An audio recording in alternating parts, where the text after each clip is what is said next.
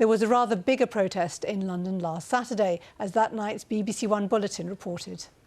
Tonight, 26 police officers are injured as more than 100,000 people join a protest organised by the far-right activist Tommy Robinson.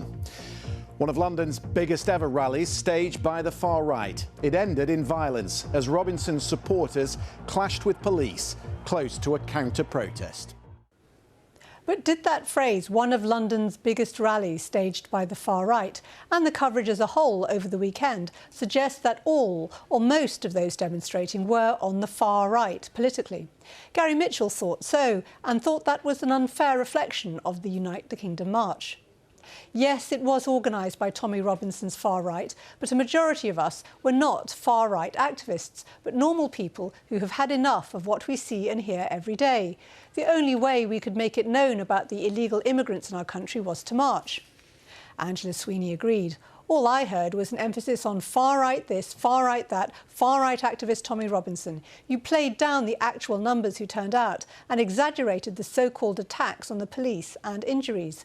This is not about far-right or left. You are so far detached from the real issue here. Millions of proud British people waving the Union flag, a sight to behold. That should have been your headline. Marie Edwards, though, had a very different concern about the coverage on Saturday. A lot of attention was given to the far-right group, hearing from protesters, viewing Tommy Robinson's performance in rallying the protesters, and even showing a clip of Elon Musk supporting the protest and giving his opinion of the British government. Why was he given airtime? By contrast, the airtime given to the anti-racist protesters was minimal. BBC, please do not incite further hatred by giving more airtime to such people than to those who are peacefully protesting in accordance with the law. Well, we wanted to discuss Saturday's reporting with the BBC executive, but were told no one was available to talk to us. Instead, we were given this response to those points. The BBC explained that the Unite the Kingdom rally was being organised by the far-right activist Stephen Yaxley-Lennon, also known as Tommy Robinson. When interviewing protesters in general, we heard explanations of their reasons for marching, which included levels of migration, illegal immigration and concerns about freedom of speech. These interviews were included as part of our coverage. On the number of those attending the march, they told us, 150,000 is the figure estimated by the police, which is an official source for estimating the size of crowds.